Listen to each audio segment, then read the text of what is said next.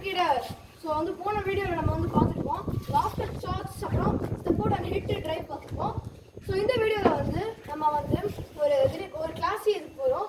ஒரு கிளாஸையும் ஒரு என்ன சொல்கிறது ஒரு மாதிரி இப்போ யங் ஜென்ரேஷன்ஸ் பண்ணுறது என்னென்னு பார்த்தீங்கன்னா ஒன்று வந்து பேக் ஃபுட் பஞ்ச், இன்னொன்று வந்து ஸ்வீப். ஸோ வந்து பேக் ஃபுட் பஞ்சுக்கு நான் ஆடி காட்டுறோம், ஸ்வீப் ஆடி காட்டுறோம். ஸோ வாங்க இப்போ நம்ம ஸ்ட்ரெயிட்டாக வீடியோக்குள்ளே போகலாம். ஒன் ஸோ கைஸ் இப்போ நம்ம அந்த பேக் ஃபுட் பஞ்சுக்குள்ள எல்லாமே அதே தான், அதே கிரிப்பு அதே ஸ்டான்ஸ் எல்லாமே அதே தான். பேக் பஞ்ச் இதே இருக்கணும். ஏன்னா பால் வந்து நல்லா பவுன்ஸ் இருக்கும் போது அதை ஆடணும். நல்லா அது வந்து பேக் ஃபுட்டில் எடுத்து போய் வந்து விளையாடலாம். ஸோ இது பேக் ஃபுட் டிஃபென்ஸும் இப்படி தான் ஆடுவாங்க. பஞ்சுங்கிறது வந்து எப்படி நம்ம வந்து ஒரு ஃப்ரண்ட் ஃபுட் டிஃபென்ஸுக்கு வந்து அந்த எக்ஸ்டென்ஷன் ட்ரைவ் சொல்கிறோமோ அதே மாதிரி ஒரு பேக் ஃபுட் டிஃபென்ஸ் வந்து அப்படியே எக்ஸ்டென்ட் பண்ணி பேக் ஃபுட் பஞ்ச் ஆடுவோம். ஸோ வாங்க இப்போ சிறுபாஸ் அடிக்கிறேன். வாங்க இப்போ ஆடி காட்டுறேன். பேக் ஃபுட்டில் போயிட்டேன். சில பால்ஸ் வந்து பார்த்தீங்கன்னா இப்போ நான் அதுவும் போக சொல்லியிருக்கேன். ஸ்டம்ப் லைனில் வந்து சில பால்ஸ் வரும். ஸோ அது வந்து பேக் ஃபுட் பஞ்ச் ஆட முடியும். இப்போ இதுவே பார்த்தீங்கன்னா மோஸ்ட் இங்கே தான் வந்தது. ஆனால் அட்ஜஸ்ட் பண்ணி ஆடியாச்சு. இதுவே பால் மாதிரி இங்கே தான் வந்ததுன்னா நம்மளால போய் இன்ச்சு ரோட் வரல போய் ஆட முடியாது. ஸோ வந்து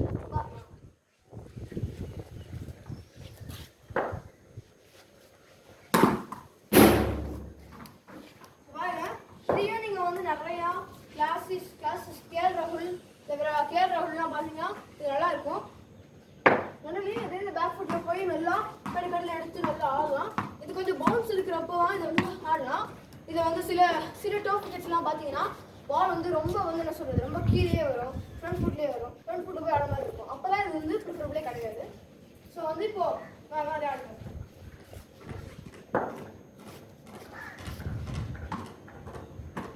பாருங்க நான் வந்து அங்கேயே வந்து நான் எக்ஸ்பெக்ட் பண்ணிட்டேன். ஸோ நான் கரெக்டாக அந்த பால் தான் போட சொன்னேன் ஸ்டம்ப் லைனில் காமிக்கிறதுக்கு. ஸோ என்னன்னா அந்த ஸ்டம்ப் லைனில் பால் வந்ததுன்னா இது நம்மளால போய் இப்படி ஆட முடியாது. அந்த டைமில் இப்போ சாதாரணமாக ஒரு ஃப்ரண்ட் ஃபுட்டில் போய் டிஃபென்ஸோ இல்லை பேக் ஃபுட்டில் போய் இங்கே டிஃபென்ஸ் ஆடலாம், அதுவும் ஆடும். இல்லைனா உங்களுக்கு இது நீங்கள் சிங்கிளாக கன்வெர்ட் பண்ணணும்னா பேக் ஃபுட் போய் இல்லைன்னா ஒரு கிடைக்கும். இப்போ இந்த பால் மாதிரி பார்த்தீங்கன்னா ரொம்ப அவேராகவும் வரும். அந்த அவே பாலே நல்லா பேக் ஃபுட்லாம் போய் ஆடும். பவுன்ஸ் இல்லை வச்சுக்கலாம். சரிங்களா? இது போல ரொம்ப ஸ்டம்ப்லாம் வந்தது. இதை அட்ஜஸ்ட் பண்ணி இங்கே ஆடி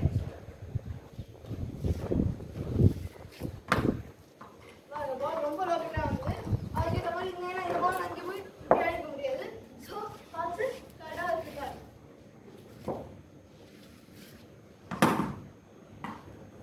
பால் வந்து பிச் பண்ணி வந்தது. ஸோ ரியல் பவுலர்ஸ் இப்படி போட்டாங்கன்னா ஏன்னா எனக்கு கொஞ்சமாக அதை பிடிச்சாச்சு. டென்னிஸ் பால் ரொம்ப ஸ்லோவாக பக்கத்தில் நின்று போடுறாங்கிறதுனால இதை நான் வந்து பிச் பண்ணி எடுத்து போய் கூட இங்கே ஆடலாம். ஆனால் ஒரு பவுலர் நல்ல பவுலர் ஒரு 100 போடுறான் அப்படின்னா அப்போ நீங்கள் போய் இங்கே ஆடிருக்க முடியாது. அந்த பால் வந்து ஒரு மொத்தம் ஓடி போடுங்கன்னா இங்கே பிச்சு வந்து ஃபுட்டாக தான் வந்திருக்கும். ஆனால் நீங்கள் தூக்கி பனிஷ் பண்ணலாம். ஸோ வாங்க இப்போ வந்து நம்ம ஸ்வீப் ஷாட் காட்டலாம். ஸோ இப்போ நான் உங்களுக்கு வந்து ஸ்வீப் ஷாட் ஆடி காட்ட போகிறேன். இப்போ நான் ஸ்வீப் ஷாட்டுக்கு சேம் இப்படி தான். ஸ்வீப் ஷாட்டுக்கு நம்ம பேக் ஹேண்ட் அக்ராஸ் போய் ஆடலாம் தேவையில்லை.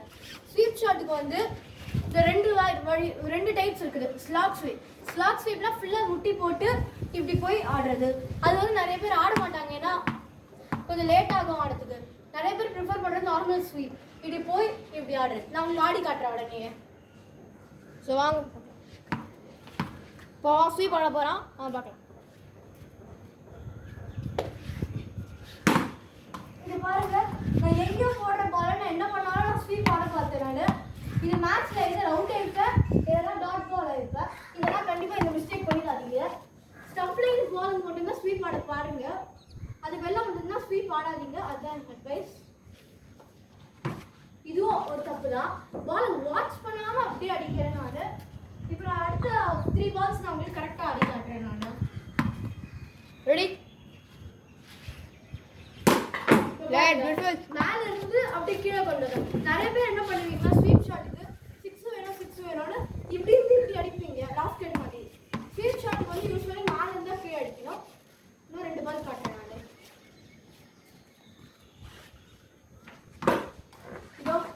இதுதான் நிறைய பேர் பண்ற தப்பு. அப்படியே அடிக்க போனேன் நான் பிளைண்டா கீழே இருந்து மேலே கொண்டு வந்தேன். நான் பேட்டு டாப் எட்ஜ் கேட்ச் தான் போயும். இப்போ நான் காட்டுறேன் எப்படி கரெக்டாக பர்ஃபெக்டாக ஆடுறதுன்னு.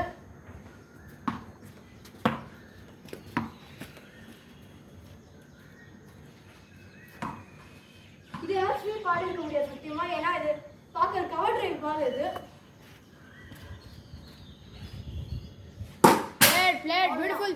முன்னாடி ஆடினது வந்து ஸ்லாப் ஸ்வீப், இது நான் முட்டியே போடல, அப்படி கீழே வந்து அப்படி இப்படி ஆடினேன், அதை ஸ்வீப்பு.